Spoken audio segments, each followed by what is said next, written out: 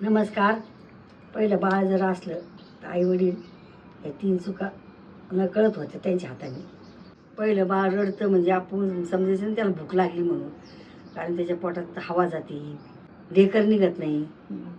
परत कधी थंडी वाजते, कधी झोप येत नाही, कधी गरम होतं, असे बरेच कारण आहेत. तुम्ही जर त्या रडण्याची जर समजा दूध पाजलं बळं मग ते बाळाची चिडचिड होती.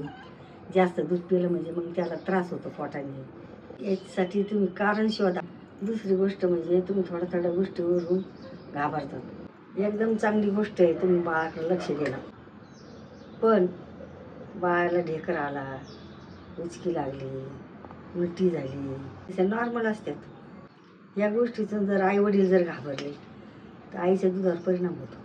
आई शांत असली तर बाळ पण शांत राहतं. तिसरी गोष्ट म्हणजे सगळेच ऐकून गोंधळायचं नसतं. प्रत्येक बाळ वेगळं असतं.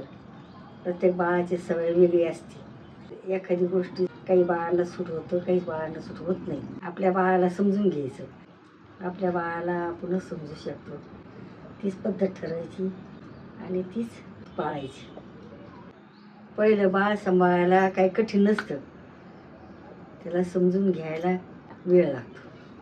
माझ्या व्हिडिओने जर तुम्हाला थोडी जरी मदत मिळत असली तर मला फॉलो करा, कमेंट करा आणि तुम्हाला काय मदत पाहिजे बाळासाठी ते मला विचारा.